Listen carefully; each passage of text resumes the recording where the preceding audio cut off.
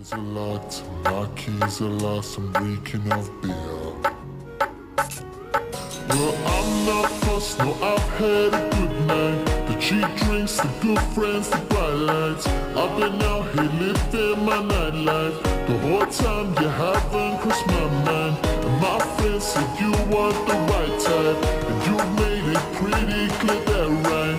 Tomorrow's headspins be alright, 'cause I'm started a new chapter. I've had enough, yeah, been enough. I've had enough, yeah, been enough, yeah, I've had you wanted, I've had enough, yeah, been enough, yeah, I've had enough, yeah, been. Welcome to the action back here in Győr at the European Ultimate Championships 2019. My name is Hannah Pendlebury and I'm joined this fine sunny afternoon by Joanna Hamer. Jo, how are you feeling today? Yeah, good. Hot at the moment. We're on the turf pitches out here, which are notoriously the warmest of the tournament. It's very, very hot. It certainly is. I've been in the stadium thus far on our coverage, and I walked onto the field here in this blazing sunshine and felt a remarkable temperature difference as we see Ireland with an easy score straight out of the blocks. Yeah, super fast, super aggressive. Just basically picked it up and put it deep, and I like that. I hope that's something that we'll see a lot from this Irish team. And certainly they have had an intense start to the tournament. Talking about these, both teams had earlier games today. The Ukrainian women lost 2-15 versus Belgium. That was this morning. And Ireland had a game against Finland. How did that one turn out, Jo? So that one went to Universe, a very hotly contested game. The message from the fields was sort of that the last point was quite hotly contested, quite a few turnovers, quite a few calls, and both sides sort of saying that the spirit was a bit challenging. Finland won that on Universe, so Ireland coming off a tough loss, but I think one that's just only given them more fire. Yeah, for sure. And it's an interesting one for Finland because in this women's division, if you do happen to suffer losses in pool play, you can kind of make it up in the bracket later on in the tournament, still make the finals. But Ukraine really need to find some flow here as that disc just sails far, far farther than the intended target. Yeah, a little bit of a rough one. It's similar to how it has been all day. There's a bit of a breeze, and if you're looking for upwind, downwind, the Irish are going upwind at the moment. So the wind definitely pushing the disc into the end zone to your right, and I think you probably saw that affect that throw a little bit. The wind's quite gusty. It's really getting underneath discs and throwing them in unusual places. And sitting them there and hanging them for a long old time. Ukraine now with the disc back in their hands, opportunity to take their first score of the board. A visionary throw, roll curve, but doesn't connect, just bobbles out of the hands of the number 3, Minekova. It looked like a bit of miscommunication there potentially between those two players, and possibly their feet got a little bit tangled up in each other. It seemed like they both thought the other one was going to catch it, but agreed, visionary throw, quite effective if the receivers are ready. And so Ireland again facing against this wind in a split stack look by the looks of it, but unfortunately disc just tumbles to the ground in front of Sinead Fleming's feet. Ukraine pulling one handler out, trying to make a bit more space upfield. Inside shot goes, but slammed down by Ireland. Heather Barry there with the defensive block. Turning into a bit of a scrappy one. Early stages of this game, nice reach and grab, low from Emily O'Brien. Fleming looks for a reset, chose to go up the line. Langsdale launches it into the space deep. There's no defender on the back, but can she bid it? Just slides onto the turf. Yeah, way to give up the body for the team there. Really great effort to go get that disc. You never know in this wind how long the disc is going to stay up for. She could have had a bid on that one if it held a bit longer, but it does look like there might be a call on the throw. Looks like the disc might be going back. And while we see that go back, I believe we've got an interesting job title for the attempted bid from Emily O'Brien. Yeah, not only has she given us her job title, which is a clinical neurophysiologist, but she's also noted that it is the most confusing job description in existence. So we won't ask her at the moment what exactly that is, but I'm sure she will be hoping to get more discs like that she can run under. Well, hopefully she can help her team keep their head on their shoulders as this one extends into quite a long point for the second point of this game. We have mentioned that both teams have already played today. This is their second match in this week-long tournament. Well, 8-day long if you count day 0 yesterday. But a bit hot-headed here on the warm turf. A near grab there. But yeah, I think that's worth pointing out that this turf is not only warm, but it's warm enough that it's arguably affecting the wind that's happening, because you get these hot gust upswells coming off the turf as well. So we see a great interception there. But that also, some teams won't have been playing on turf, so they'll be moving differently and unexpectedly. Well, and there we see a score and a great celebration from Ukraine. They're delighted to have their first point on the board after what turned into a wee bit of a grinder.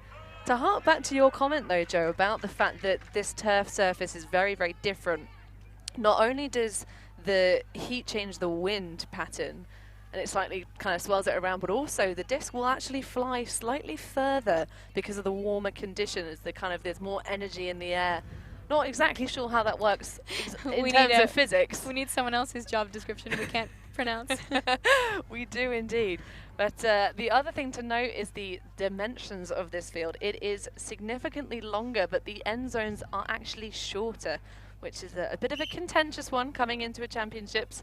You would kind of expect the pitches to be regulation size, but we'll see if that maybe impacts on the play here. Well, depending on which pitch each of these teams played on earlier, they may have earlier been playing on a pitch that was very narrow. Some of the pitches out here are about 33 meters wide, which makes a really interesting play, definitely a different feel, much less space width-wise, much more cramped. And we'll see Ireland picking up the disc, nice visor fashion there. And a great read, gets herself right under it, does Claire Pugh, goes up with 2 hands, nice easy score. That's much better for Ireland. They'll be looking to put away this game ASAP in order to keep themselves out of the heat for as long as possible. Definitely, and I think that's actually a really important thing to mention as well. This is the last game these teams will play this tournament today, but the heat exhaustion really does carry over. A lot of teams, and particularly on this pitch, there is no very good shade. Players have a little bit of space that they can cool down in, but it's really, really hot out here, and it can be mitigated if you have some space to take shade cover in, but at this pitch it's really hard. So finishing this game quickly will be beneficial to both teams. Key indeed. So hopefully Ireland's D-line this time can come out with a cleaner play if they get an opportunity to take the disc off of the Ukrainian side. We've seen some teams I've seen around the tournament, Joe, in terms of the portable shade, resorting to purchasing umbrellas. But with the wind conditions here, we saw, I think Liam referred to it as Mary Poppins had arrived on the stadium field and just left her umbrella rolling around. Yeah, lots of dangers here. The wind carrying a lot of things around, not just the disc. Smart poaching from Ireland. Number 10 is Bruni Healy, and she's just in the middle, but a great run through D set up, and that's a great grab by Gillaney. Dumps it off to a big put, smacked down by Ukraine. That's a pity to lose that turn, because that was a really smart play by Gillaney. You had the feeling she was poaching that a little bit, baiting that throw, that she knew she had the speed on her defender, and so let the throw go. Yeah, smart defense required. But Ukraine throws straight into the hands of Fiona Myrna. Her brother appearing on the mixed side. I've just had the pleasure of watching that game in the other stream field. We're here with you all week, bringing you coverage. Healy surveys her options upfield, starts looking around for a reset, doesn't require one, as a laying out teammate. That's a great grab. Not going to be called quite in. Contact outside of the end zone when she grabbed that, but a nice pop Back up to Healy for a score for Ireland. That's their first break of the game, 3-2. Yeah, it was a nice calm possession there. I think the Irish cutter seemed very free. I think Ukraine is doing quite a good job of match defense, but perhaps losing some people in the mess there. So Healy, when she caught it, was miles open. And already, I think, Joanna, it's so Ireland are tipped to be one of the top teams here in the women's division, which is excitingly so hotly contested, even with only being 15 teams deep. Ukraine are sort of more seen as perhaps lower down the rankings, and I think the key difference at the moment is Ireland have really come out fired up in terms of just flustering the Ukrainian defense. I'd like to see Ukraine commit more to their dumps and their resets when they need them, and actually turn around and look properly. Definitely, and I think we might be seeing the outcome of Ireland's last match playing up here in the first 2 points. If you come off something that you're so frustrated to have lost on Universe, where you know you could have won if it had gone another way, and you come into this game and you want to start off the way they have with 2 huck holds and then a really strong, closely worked break.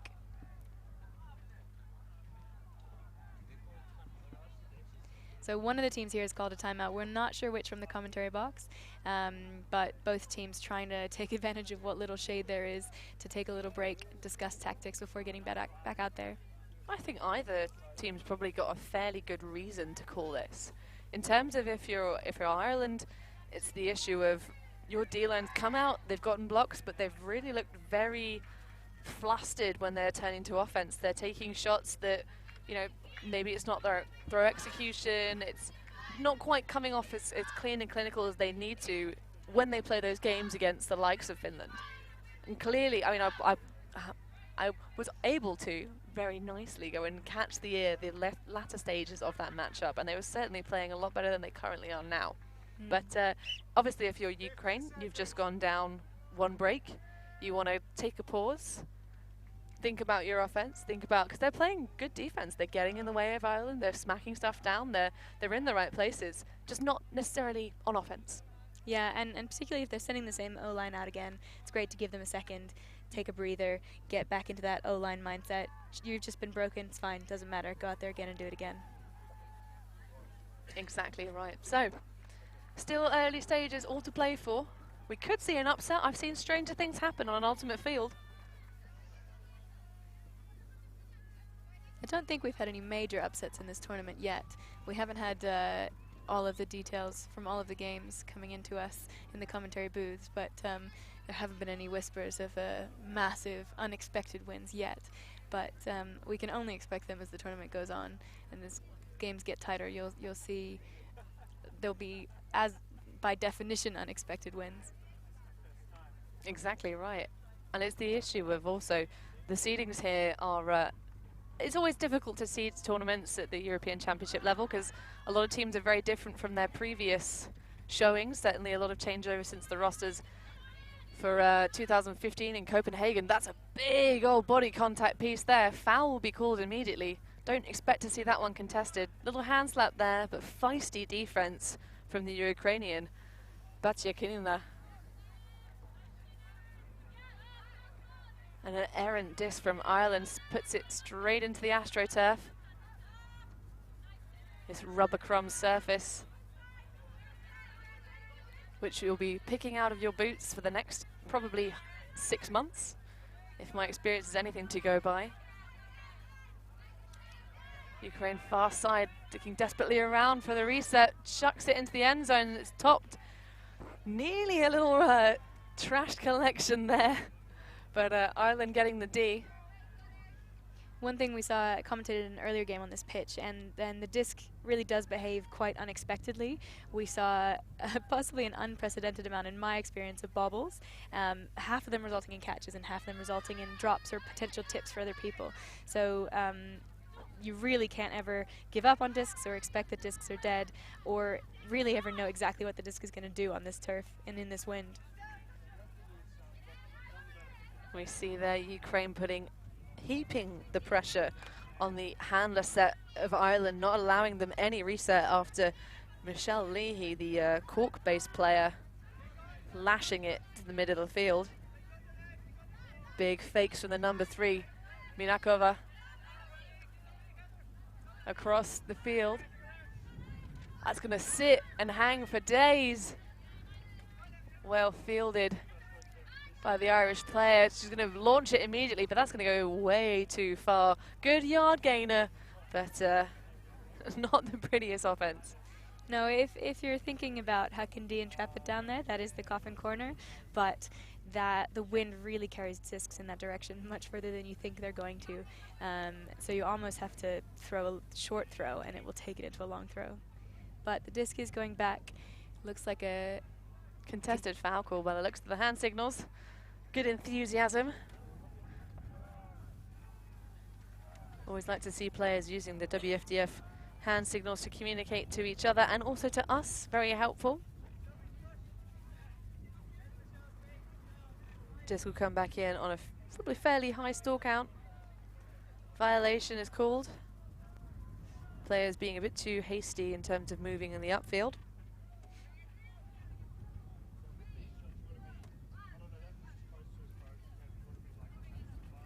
And so, again, Ukraine doing a great work of covering the main handlers in Ireland. Leahy, far side, just flobbles the disc out the far sideline. Yeah, I think you're right there. That Ukrainian defense was very high pressure. I think they're really ramping it up as well.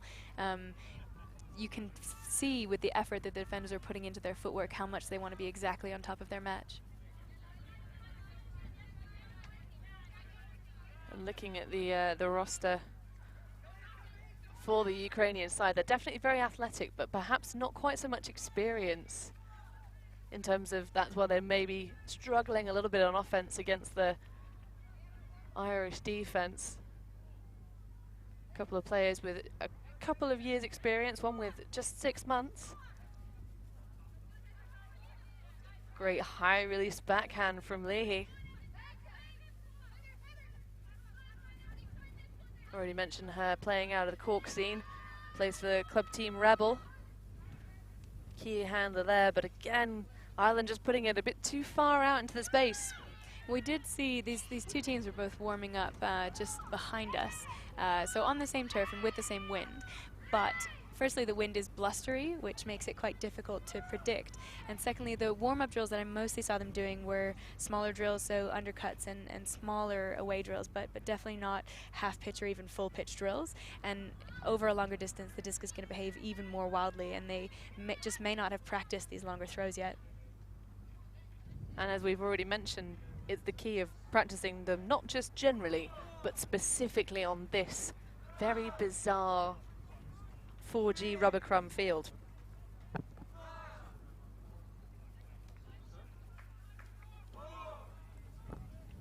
So no mistake this time as to who called the timeout. What do you think the key plan that we'll see from Ukraine will be as they shoot upwind? I think potentially first part of the plan might be just to give a breather. They won't necessarily be exhausted yet from this point. It's not sort of the marathon that we saw from the second point. But it's hard to underestimate how much the heat really is taking a toll on the players. You'll see all sorts of mechanisms that they've got out there and mechanisms that I've seen across the tournament for people to cool down. People have spray bottles and ice cubes and even sort of ice packs that you might use for a wound that they've been using on their necks.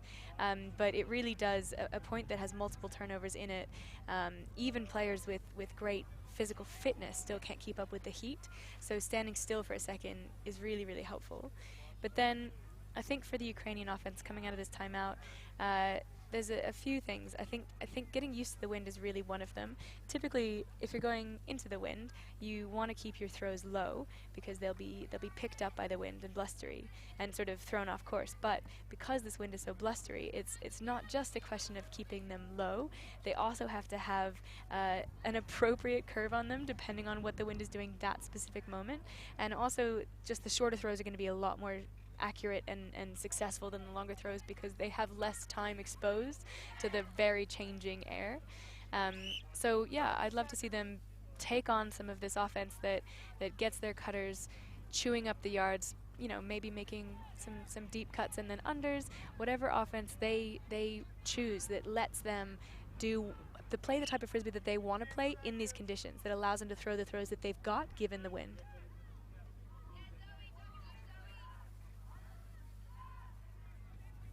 So coming out of that timeout, we see a vertical stack, solid fundamental offensive strategy from the team from Ukraine. With the disc in hand, we have the number 11, Tatiana Comblet. She throws up to line to their most experienced player, who loses it deep. Great shot, but unfortunately not well read by the intended target of Patiakina. Ireland with another opportunity downwind. Near side, Leahy launches it into the middle. There's a nod, the head nod, but unfortunately it's going to sail out of bounds once more. I think that's an interesting choice of throw there, Joe, that laser forehand flick hook. Rather than maybe breaking the force, stepping around, putting out a backhand into that space that maybe might have had a chance to sit more. Yeah, I think both of the two huck holds that we've seen Ireland have so far have been from that far side of the pitch, so the righty backhand side. And I think if there is a crosswind direction, it's probably towards the camera. So I think the corner that they're in right now is that corner of death, is the one where the winds are pointing towards it. So if the goal for either side is to be hucking, the strong side, the side that you want to start that huck from, is probably the far side. And hucks that start from this side are much more likely to go out of bounds. So Ukraine attacking against Ireland once more. Good recatch there, great composure from Minakova. Oh, but just puts it a little bit too far. Strelchina is not able to get the begloved hands around the disc. So Heather Barry getting us back in play. Has not much movement from her stack. Didn't like the look of the first cut. That'll just be an awry disc. Backhand faked by the Ukrainian side, but not taken. In favor of a bit of a blade there, just slices between two players. Neither of them able to read it. Pretty much directly into the sun, perhaps, that one. Yeah, tough again. I think, yeah, you're right, there might be an angle on reading the disc in the sun, but still, going into that upwind, anything that's bladey will become extremely bladey. And that huck, coming from the high side, has a chance to stay in bounds, has a chance to be caught, but again, dies a little bit early due to that wind, and the player just can't get her hands on it. But a more optimistic choice, a choice that had more capacity to be caught.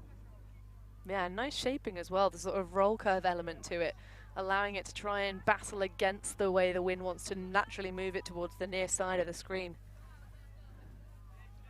So a disc going to sit and hang, be reeled in by Ireland. Good give goes on that far side. And that is a score. Ireland finally choosing not to try and just put it out into the space, but just use their legs a little bit more. Couple of jinky passes. They now lead 4-1. Yeah, proving they can do it both ways. So they've had a couple of huck holds, a break, and then saying, you know what, we can do it the same way. We can go with the wind, and we don't have to huck it. We can make small passes between us and walk it into the end zone. But both teams grinding it out, sort of feeling each other in terms of figuring out what they want to do in terms of their game plan on offense and defense. I still favor the Irish women, I think, at this stage. Early stage is still not over, but Ukraine just seem like they don't quite connect with each other. They're starting to get some nice little channels of offense, but especially on that strong side of the field, they're just really releasing their disc, and the angle just sits it up so much, and Ireland, I think, pretty much have a decent height advantage and probably experience advantage in reading. Yeah, I'd say both teams' defense is pretty strong, but the Ireland offense feels like they have the advantage over the Ukrainian offense, and you need offense to score points. So Ukraine now coming out with a horizontal stack, changing things up a little bit, perhaps the different line, different strategy. Finds upfield movement. Number 17, Churbrova. An error, nearly a split there from Kristina Kulyuk as she tries to get her hands around it, and that's a beautiful put into the space for number 64, Jennifer Kwan. A much more convincing performance from Ireland. Great stuff.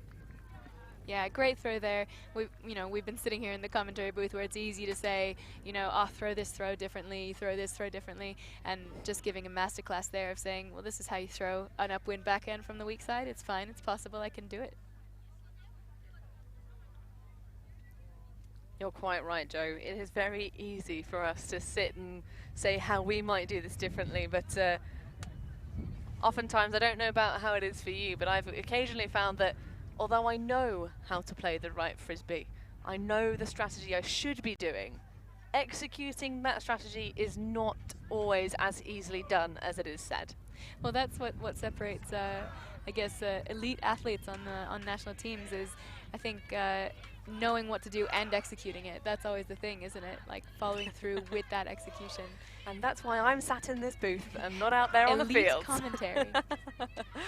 We try. So, Ukraine once again facing the Irish, but also the wind. Oh, nice backwards cap style there. So I'm a big fan of headgear, but there are only caps available in this game to talk about. Seen a lot of people turning their caps into coolers as well, keeping a cap in an ice bucket and then putting it on when they go out onto the pitch to try and keep themselves a little bit colder out there. That's a great strategy. I like that. We'll have to see. I'm also a big fan of the damp towel. Dampened towels are great because then you can pop them over your head and shoulders. Full coverage. The Russian teams are a big fan of that particular fashion choice. Oh, that's a great recatch from Ukraine. What composure there. Number 99, Nikolenko. Nearly a bit. It seemed like the team was just confused by that catch being made, but play will continue. Hannah directing traffic upfield. Everyone seems to be cutting under into exactly the same space. Need to find some more structure. Handlers are available in the dump space. Heavy pressure from Ireland. Bit of contact there as the fake just clips the shoulder of Kelly Hyland. Again, we see the gloved hand just trying to sort of magic her teammates to where she wants them. Disc goes out into the space, but very well read. That's Lulu Boyd taking it out the sky. Oh, and that's a big high release backhand. Can it be run down? Oh, the bid's there, but it's not good enough to bring in the disc. Emma Healy going to ground, but Ireland not able to convert. And again, that's the kind of throw, expansive, exciting, sort of lofted high release backhand that on a normal day, on a normal pitch, would probably be quite successful, partially because it takes the defense by surprise, but also just puts the disc out somewhere where the receiver can get it. But in this wind, there aren't that many places that say that. I'd argue if there wasn't the attempt to try and catch it high first, though, that could have been run down. If it was less clustered from Ireland, if there was only the one receiver target, I think that would have been read differently. But Ukraine, far side of the field, trying to work it up that sideline. Ireland making it so difficult to squeeze those upline cuts. Nice around, but there's no continuation on the break side. Number 77, Dzbienko, looking a wee bit frustrated, and there's a stall out, uncontested. Great defense from Ireland, just absolutely smothering the flow from the Ukrainian side, but I'd really like to see them attack that break side. Yeah, I think we saw some swings into the middle from Ukraine, but not so much continuing them to the far side. And there we see another eventual clinical score from Ireland. Isolated player, inside shot. And they now lead the charge 6-1, extending their lead in this game to a full 5 points. And that's 4 breaks in a row as well for the Irish team. I'm not sure if they're playing O and D lines, but if they are, their D line's getting a lot of running. We are seeing a good sort of turnover, I think, of the players that are being subbed in and out. Getting a good use of the full roster, making us check our sheets and know our numbers. But I think in this game, I think Ireland were probably expecting to take it and certainly be playing a lot more defense than offense from the start. And that's an interesting point about the tactics you might use if you're a team going into something like the European Championships, where you know you'll be facing up against the hardest matches of your season at the highest end of the tournament. But you might also be playing some teams where you expect it might be slightly easier, or it might be opponents you don't know before, you don't know what to expect. So you might want to have an O-line and a D-line, and you might want to have sort of switching lines, moving players over, and you might need to adjust that tactic in the middle of a game and in the middle of a tournament. So as players, having to be very mentally tough to expect different things coming, and as a coaching staff, coming up with various different strategies and adjusting on the fly. It's a lot to ask. Well, that's a much better up-line cut from the Ukraine. She puts the disc out to space. Is she going to hit the target? Yes, she is. Is it in bounds, though? We'll find out. We've talked about this pitch being a long one. Number 35, the intended target, Daria Batagina. It's going to be called out of bounds, and that's a shame because it was a nice setup. Not sure the receivers were expecting it when it left the hands of Stretchlindler. But nice to see the Ukraine putting together some nice offense. Yeah, looking much more in flow, looking much more comfortable, taking on some aggressive options. And so Ireland coming out of again a split stack with an isolated player downfield. Bit of an error there. Cleona Doyle not able to wrap her hand around it. And we see Ukraine going back into a vertical stack. Ireland happy to poach off a good bunch. Minakova chooses not to take the dump cut, puts a beautiful disc, and that's great team backup from Ukraine. They take their second point of the game, and they're all running onto the pitch to celebrate with their team. Love that celebration, love that enthusiasm, and definitely worth it. That backup was exceptional team support, as you mentioned. The first grab, potentially a little casual, going out with one hand. In this wind, that's definitely a dangerous play, but if you've got two people there, you've got twice as many chances to catch it. Nice, it's it out into space. As you say, going with the one hand, always a risky move, but thankfully she had her teammate to back her up.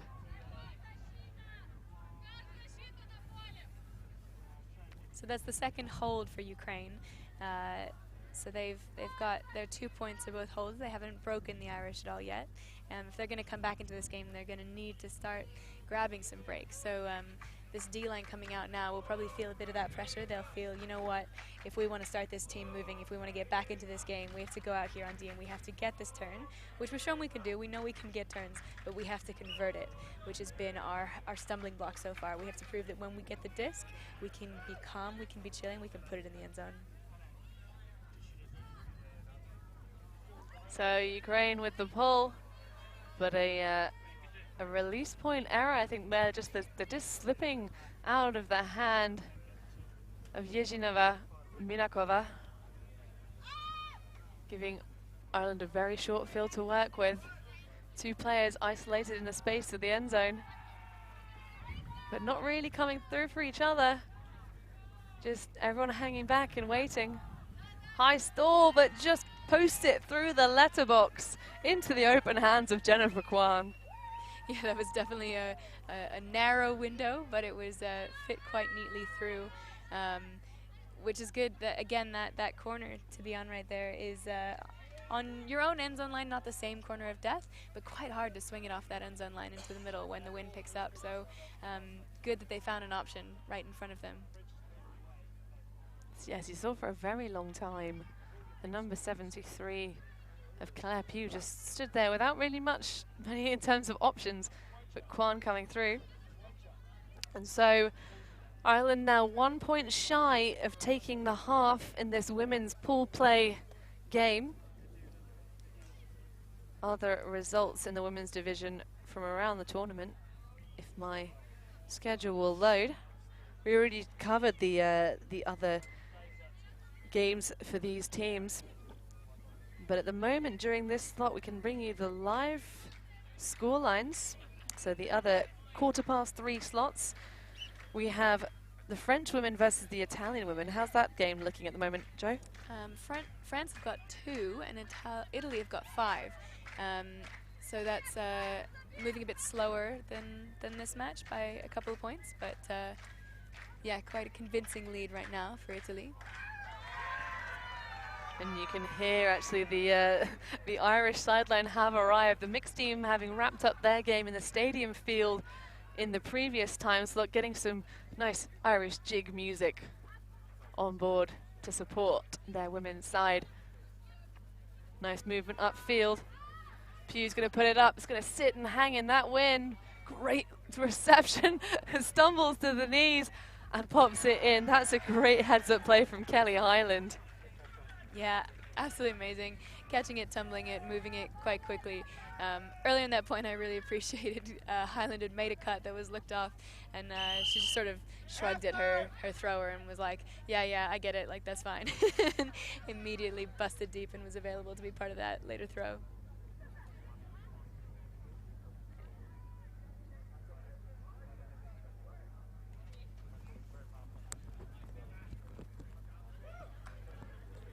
So that is half time then, 7 minutes for break for both teams to go and try and get in the shelter and the shade. We'll be back with you very, very shortly.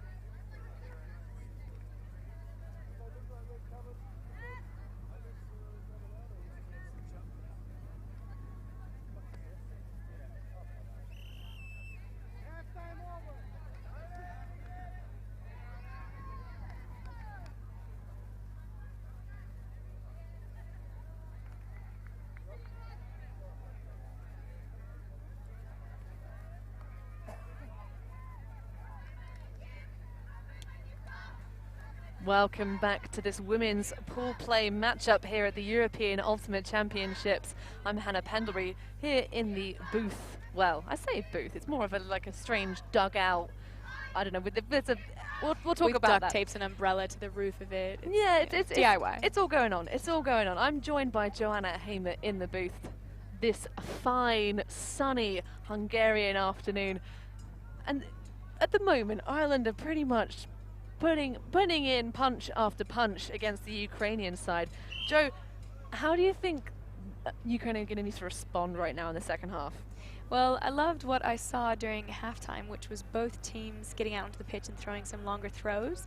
I think we've seen a lot of long throws go quite errant in this wind, and both teams not choosing to get out there, not just throw little passes, but take on some sort of half-field length throws. So I'm expecting that both teams will be a little bit more dialed into exactly what the weather's doing to those throws. So I guess from Ukraine, what I'd love to see is, you know, if they choose to take on those shots, that they are ready for them and that the discs they go where they want to go. Or if not, if they choose to go for some shorter game, that they take those short passes that they know they have in this wind as well. As we see there, the Ukrainian men's team getting loud and getting some support on board for their female compatriots. As the Ukraine will come out on offense with a charge to try and put some past the tenacious D of the Ireland side, but disc is going to sail out of bounds on this near side like so many have during this game. Be brought back in by Lulu Boyd. Plays her club ultimate in Scotland, but there's a great hand block. Number 35, Daria Batakina. And Batakina is actually a twin, and her sister's on the Belarusian mixed team. And this Ukrainian team has another pair of twins on it, the Misura sisters, who we've been told are identical. And we see there a throw directly into coverage. So that's going to sit and hang. Highland unable to get underneath it. Petrova surveying the whole field up. Colombet is going to put it up. It's going to tip out of the fingers. Would have been interesting to see perhaps a bit of a spring up there from the Ukrainian player. I think that's 97, Oksana Kravets. Got it. I think she's wearing a hooded long sleeve underneath her t-shirt. Very impressive. Very high heat tolerance. And Kravets has just come back from a cruciate ligament rupture a year ago, so clearly been focusing on rehab and getting ready to play this tournament. Big disc going up from Boyd to that far sideline. Well read by her intended target. That's Kelly Hyland centering it into her teammate Healy. Back to Boyd. Another tasty flick to that far strong side. Hyland puts it up into the space for Healy, and that is a nice smooth bit of offense from Ireland for their 9th score of this game. They now lead the charge 9-2 over the Ukraine. Yeah, that was a lovely score. Great put up the line there from Kelly Hyland, who has been playing in the Premier Ultimate League in the US, which is the professional Women X league. She's been playing for the New York Gridlock, but we've been told that she had to miss the semifinals that were on Friday, because obviously she was here and preparing for that. Gridlock did amazingly well. They lost that semifinal on Universe. Both semifinals went to Universe. If you haven't caught up on them yet, highly recommend you check them out. 3 amazing games, and then obviously those 2 semifinals in the final. But I'm sure that the Irish team is very happy to have Hyland here playing with them instead, especially when she brings throws like that. I think you've just got to take the take the thing of ultimately playing for the Premier Ultimate League is a great honor and a privilege. I'm so glad that that league exists. It's amazing to see plenty of coverage of great games with fantastic players, really, you know, building the US side even more. But your national representation, it's got to come first. I'm sure that's what her teammates would say. Perhaps Gridlock might have something different to say about that, but that's what I'm going for. So, Ukraine on the disc. Dizbienko avoids the stall out call this time, and that's a beautiful backhand into space, and her teammate just about gets there. Boyko now no mark, plenty of time to chill out for a nice reset pass. It's one of the twins, Misura. Nice spicy backhand fakes. Puts that into space, but a casual one hand from Oksana Kravets, and again we see her go up with just the one. Can't be doing that in this condition. Yeah, that's a pity, because that long throw, that bailout throw on what we assume was stall 9, actually worked out so well. It was a beautiful throw that hung really well in the wind. Speaking of beautiful throws, that's a saucy put from Ireland, but this time only a meter too far. Clearly they're working their downwind offense out on those big hucks, but you can see the style of play that the Irish team are favouring. So Ukraine, Kravets with the disc, centres, Misura, again with those big backhand fakes. Not seen a throw one yet, Boyko. Nice doubles, long sock look and a sliding grab, keeping the disc alive, Nikolenko, but an error, conservation of greatness a little bit there. That was, yeah, we're seeing quite a few turns from Ukraine on this point, but I will say, like, it does feel like the offense is clicking a bit more. There does seem to be more connection, more open players to be thrown to, more catches happening. A bit more belief, I think, Joanna, is really the key.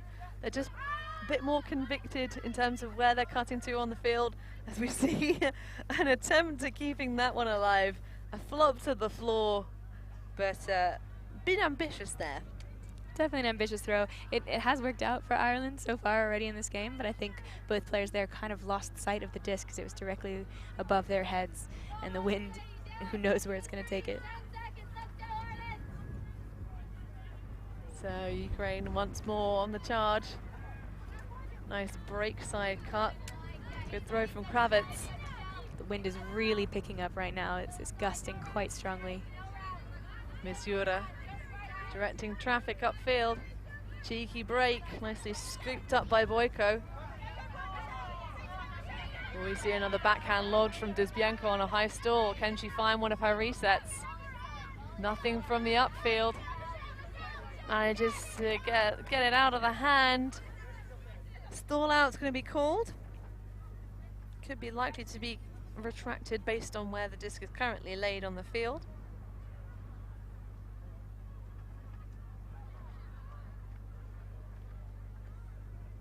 Looks like either a spirit captain or a translator's come over just to help the conversation. Players do get to make their own calls, and it's their perspective that matters, but you can always invite one of your teammates over to help you out if you think you need either support speaking the language of the other team, or if you want to ask them for their advice on a rule that you may have forgotten. It looks like the Irish spirit captain is also coming over to support. Well, relevant for a stream game, Joanna, speaking of rules knowledge, so I learned a new rule today, a lesser seen one though, of it's actually formalised in the rules. So I thought it was one of those things of it was general practice, but it wasn't formalised. But in the latest edition, Appendix 3, not 1, not 2. The lesser known rules. Basically, the ability for players to, as long as it doesn't unnecessarily delay the play, they can. It's written in the rules. Refer to video footage or photographs, any kind of media that captures the play on the field. Which we won't go into the philosophy of it right now, but I find it a very interesting process. It is interesting. It definitely changes the idea of who might have an input. I do think it's still important that it's up to the players who are on the pitch, their opinion and what matters to them. There was a really interesting occasion of this in a game that Revolution was playing, where Manuela Cardenas hopped over to a photographer. It actually was a different member of her team, saw that her teammate was out, and gently informed her that she, Manuela, thought that her teammate was out. A great display of spirit, aided by technology, but not enforced by it. And so Ireland launch it deep and out of the back corner of the end zone once more. Really, we saw them put a couple of puts out that were still too far, but just a metre too back. But that's back to the earlier stages of this game that were very sloppy indeed from both sides. I'm not sure the cutter thought that throw was coming anymore. I think she sort of made one cut. She thought she was covered. Clearly the thrower saw a space that she could put the disc into, but both of those have to align in order for the cut and the receiver to work. So smart poaching underneath from the Irish side, but a good trust throw into space allows the Ukraine to advance up the field. Gavrova on the disc, looks for her reset, has one available in Kravitz, ready and waiting. Nice work between the Ukrainian handlers. Deep cuts available, but none of them being taken as they charge against this wind. It's gusty, blustering against their offense. Boyko, nice pop up to Kravitz. Fabulous separation.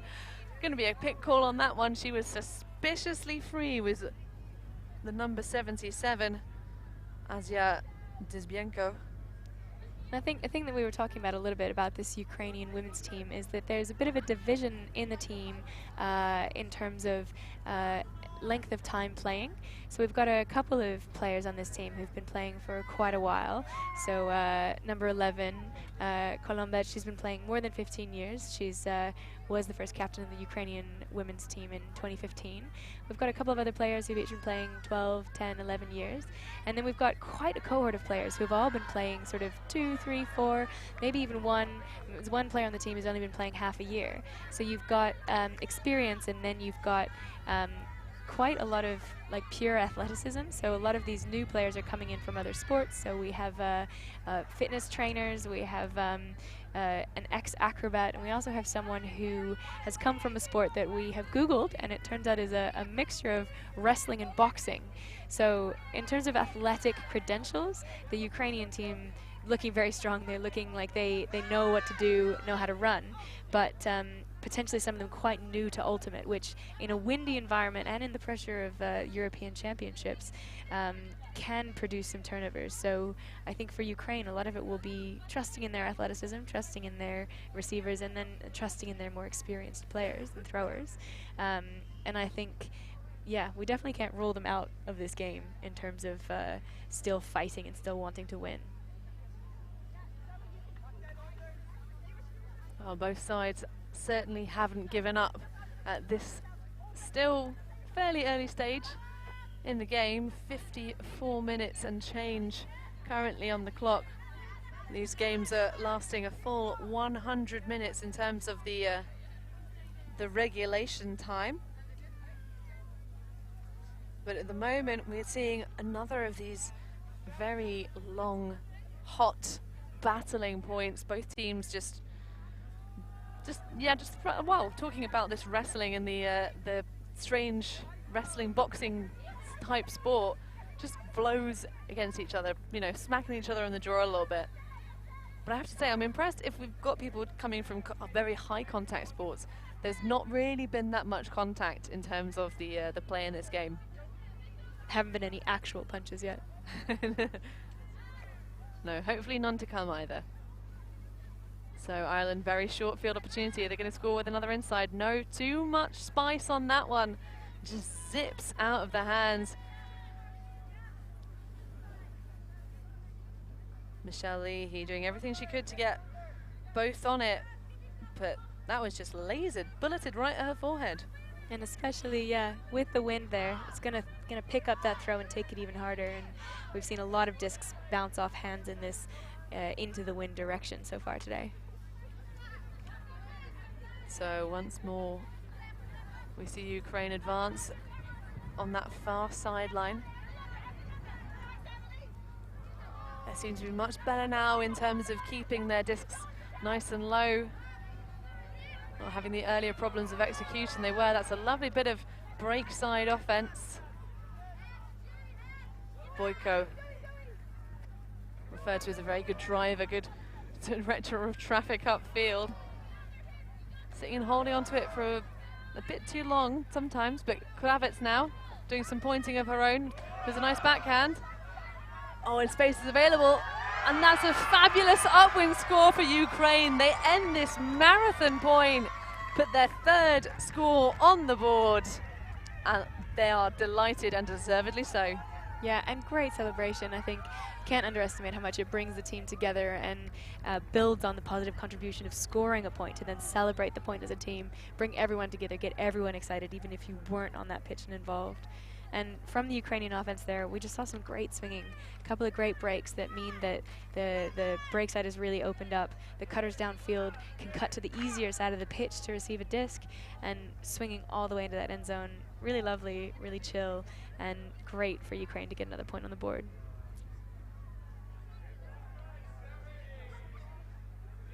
And so now we see a change, full change of lines for both sides. Ukraine clearly not calling any power lines at this stage in the game.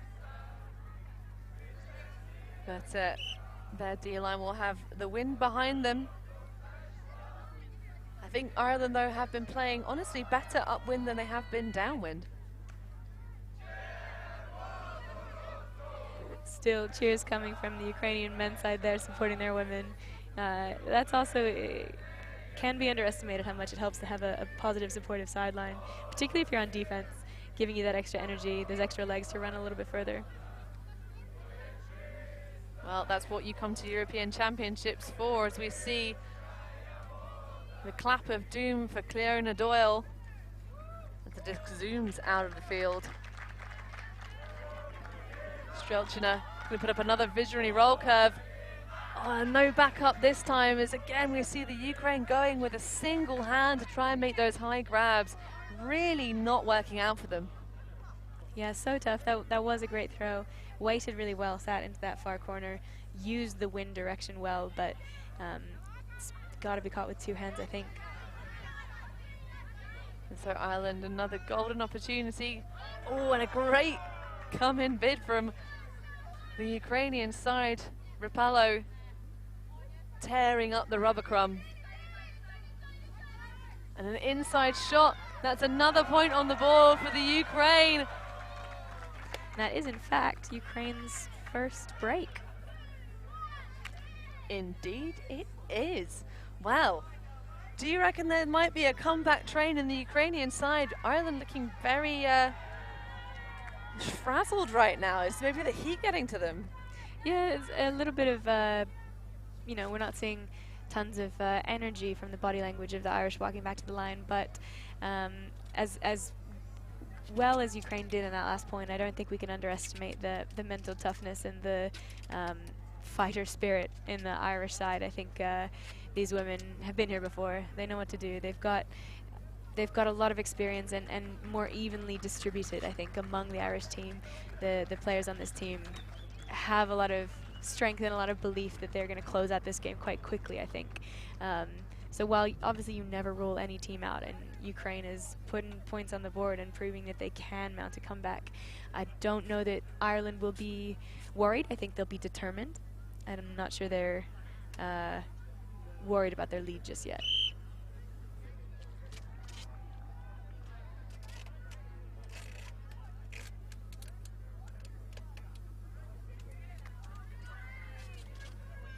So, the Ukrainian D-line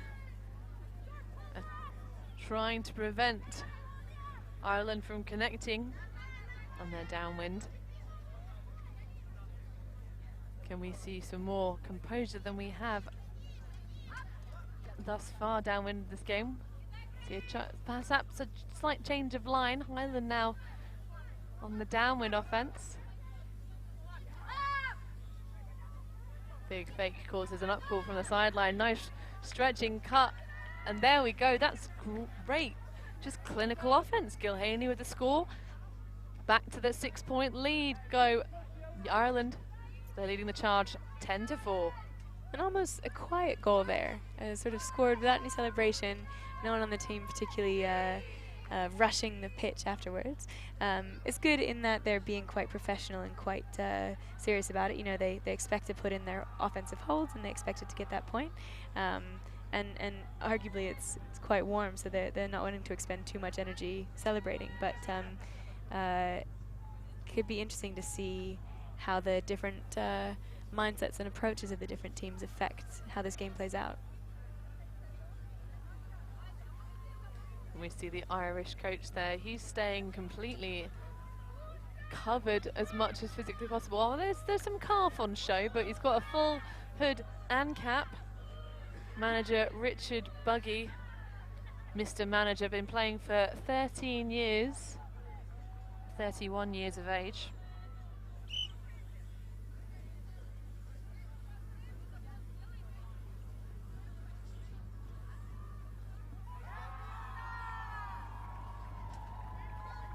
So ball reaching approximately half field from the Irish side.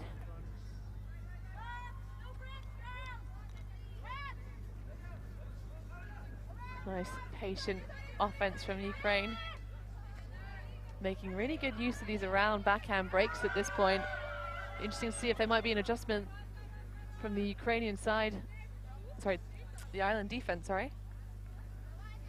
But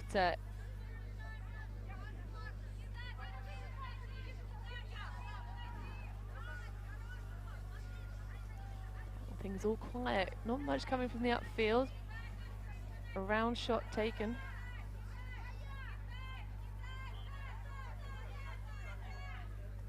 Ukraine really doing great work of taking out this isolation play, and there's is that a hand block there, Joe? Yeah, I think so.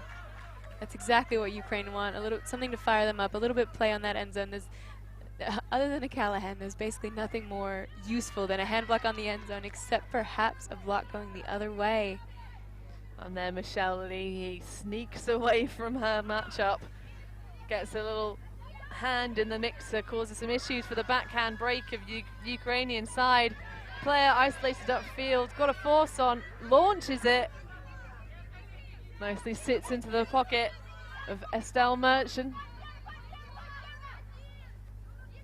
Good patience here from Ireland.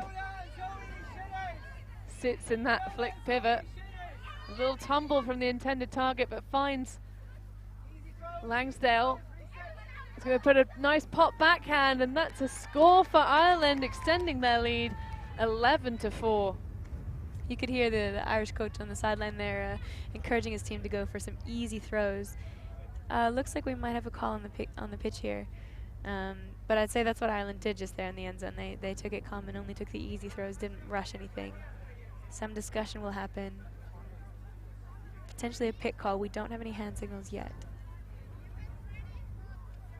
I don't think we're going to get any. You can hear them saying, tapping it back in.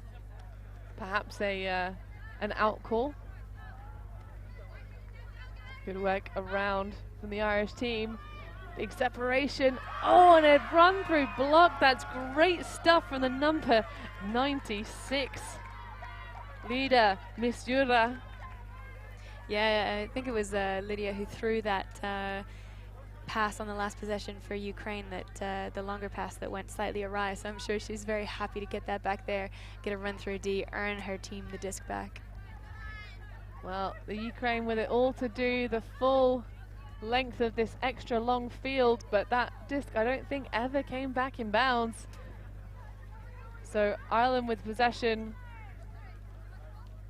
on the goal line.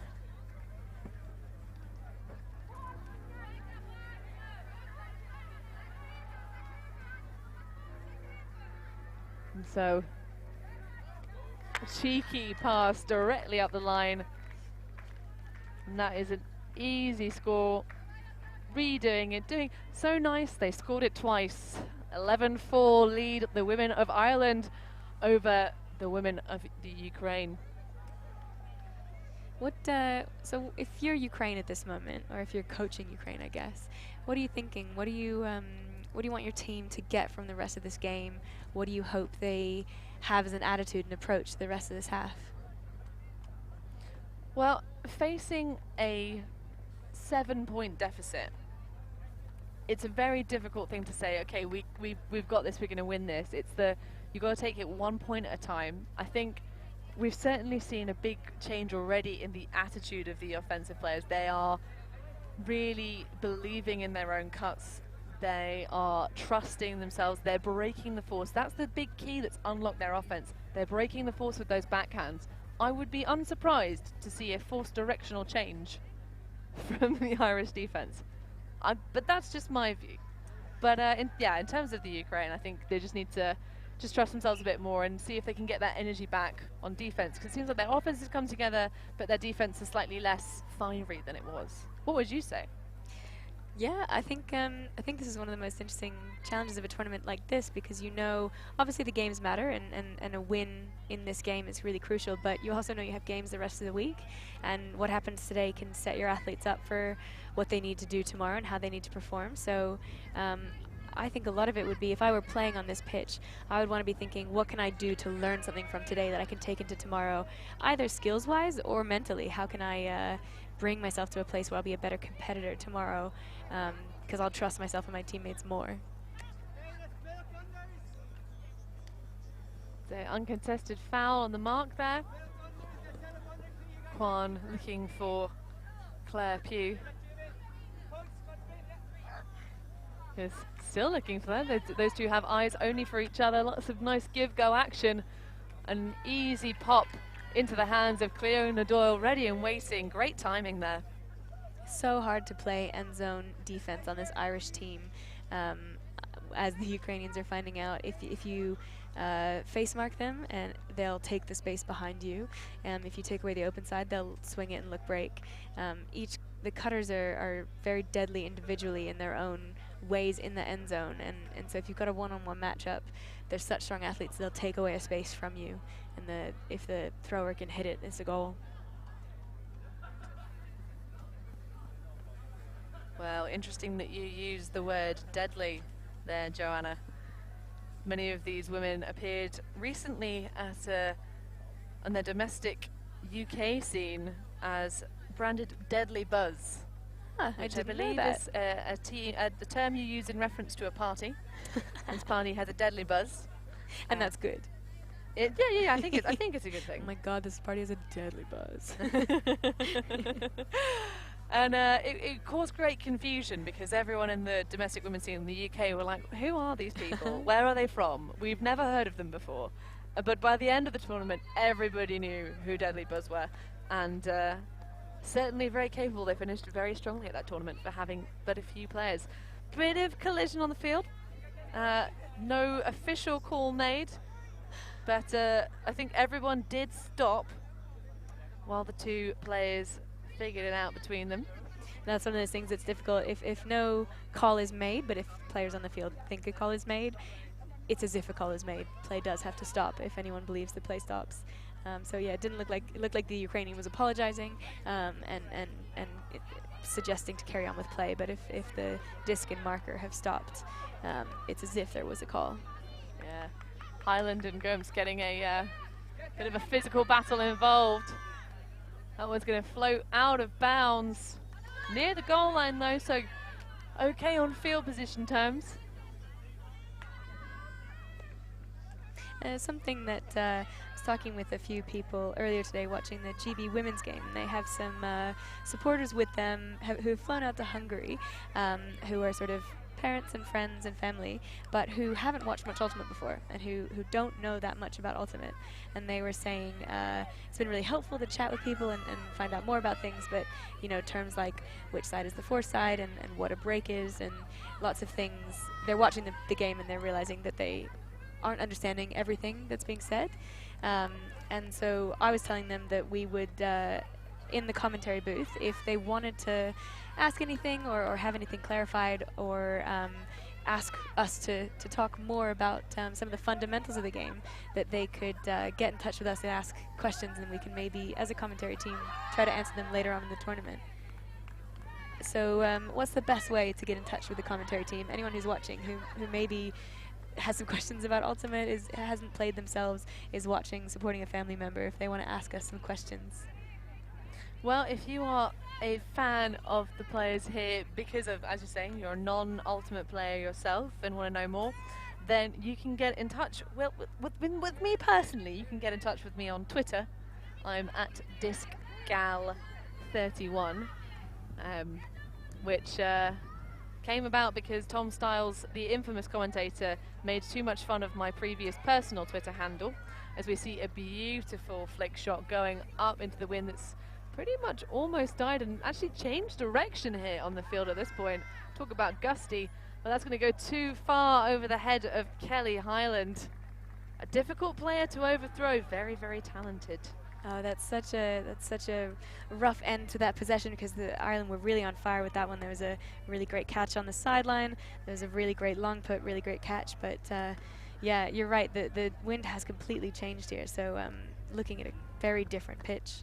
But yeah, so if you do have any questions about anything really about Ultimate, but particularly if you're a first-time watcher and you want the commentary team to explain anything specific, definitely, send a tweet to Hannah at DiscGal. Is it 31? Yep. Are you on the Twitters? I have one, but I don't know the password, so I wouldn't tweet All me. right. Well, what we're going to do, Joanna, is because obviously this is your burgeoning Frisbee commentary career, we will set you up this evening with a Twitter account. So stay tuned. Stay tuned, text audience. Me. Everybody text me your questions.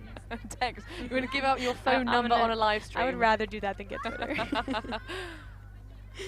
It's not as bad as you think, as we see a great garbage collection there from Sinead O'Shea-Fleming, keeping the disc alive, taking the game within 2 points of an Irish win.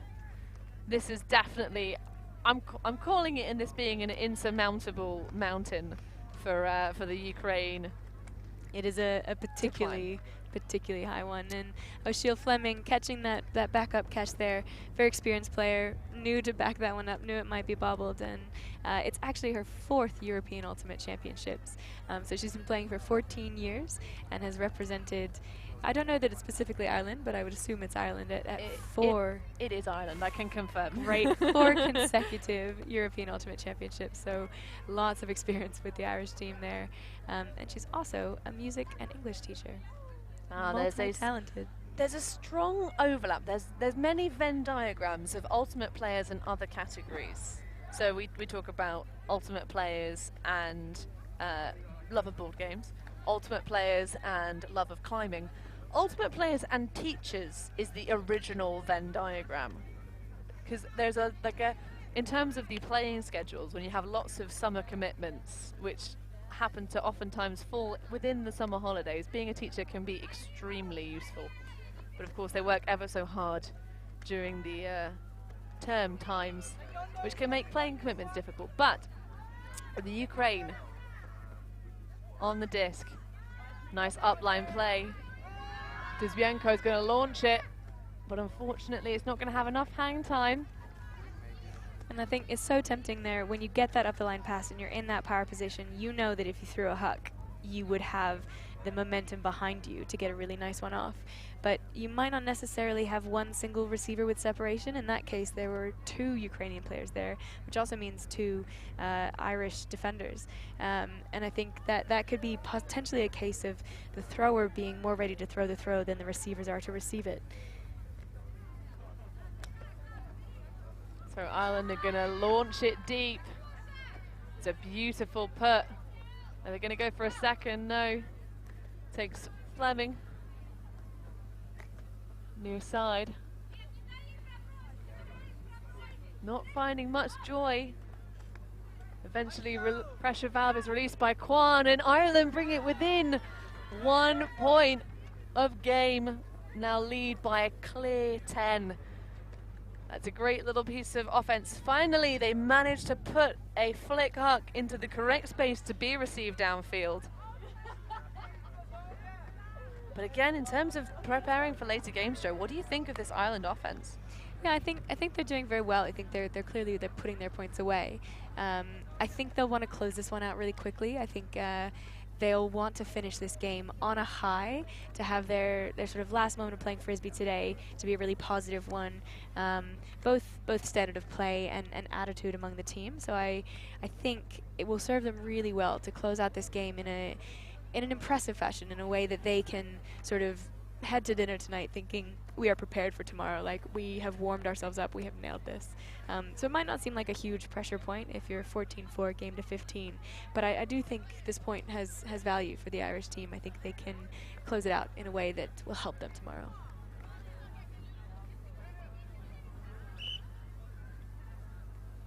As the whistle is blown, and we see a 7th Irish player joining the field. That's Lulu Boyd, briefly mentioned earlier, plays her ultimate on the club scene up in Scotland. One of the founders of new women's team Scram, coming out of that scene trying to put together elite women's ultimate. And so the Ukraine looking to keep the game alive for one more point. But unfortunately, just doesn't find anything downfield, and Andrejko just trotting and seeing the disc fall in front. Some great reset defense there, stifling those cuts. It's what we saw earlier in the game, isn't it? They just great stuff, but a bit of lack of concentration and focus there from Jennifer Kwan. Watches the disc tumble out of her fingers. And this gives the Ukrainian team quite a short field here. It'll be great to see what they do with this basically gift. So everyone flooding to the near side. Big poachers from the Irish team. Very loose defense. Good movement. Line cuts well covered by the women in the green shirts, and that's a visionary little throw. Nice roll curve against the wind, and the Ukrainian team keep it alive for one more. That was a beautiful point. The Irish team almost goaltending there, sending a lot of their players out into the open side, standing on the edge of the end zone, saying if you're going to throw a flat throw, you're going to have to throw it through us. The Ukrainians saying, in that case, we'll throw it over you, hit one of our players that's behind your wall. Great vision there, and way to get low to reel in the score. So now over to the Irish O-line. See if they can get a hold to finish this one out. The D-line had a go, but they couldn't quite make it against this wind, which is now, I think, fully turned into a crosswind by the looks of the passes. As in, sorry, the passes, I refer to the passes as in our accreditation passes that are currently swinging from various Alti.tv staff members' hips. This is the first time that the Irish team has come out on offense. In 6 points, the last 5 they came out on defense. So hopefully they can adjust to the different mental space and take the offensive hold that they're offered. Looking at the players on the field, I think they've probably not been running those true offensive and defense lines in terms of play. Maybe their D-line just coming out as many times to try and keep the legs warm, as we see. Is that one going to be called in? Indeed, that is game. A great score. Kelly Hyland reeling it in to finish us off. Ireland take it 15-5. They'll be pleased, I think, with the latter stages. How do you feel, Joe, about that one? Yeah, good. I think, you know, a bit of a quiet ending. No flooding the field. You know, sort of celebrating the solid win that it is, but not overly celebrating. But I think that's a point that Ireland will be very happy to finish on, showing what they do best, that strong game, recognizing the win with their long throws, putting it up in a way that still works even in this bluster, and hitting one of their really athletic open receivers in the end zone, which is what they're going to want to be doing as they go forward in this competition. So to end on that note, I definitely think sets them up well. Well fought from both teams. The Ukrainian side had a lot of really nice channels of offense. I think they just had a couple of end zone eyes one too many times, but really well fought from both sides, very well spirited. We'll hope to see both teams advance to the later stages and do well. But that's it from us here on this particular match. But stay tuned. Next up, we will be bringing you more live action. We have Germany women versus Austria women. here on this field, because I can see them getting ready behind me as Joanna looks very confusedly at me. So yes, Germany, Austria women at 5:15 local time. In the stadium, you might be able to catch if you switch over, if you've got your FanTube subscription, which of course you have, Germany versus Italy in the men's division. They'll be hosting Netherlands and the Czech Republic in the stadium field to finish us off here today. We're with you all week. Stay tuned for more action coming at you. I've been Hannah Penderbury for Joanna Hamer. We'll see you again soon.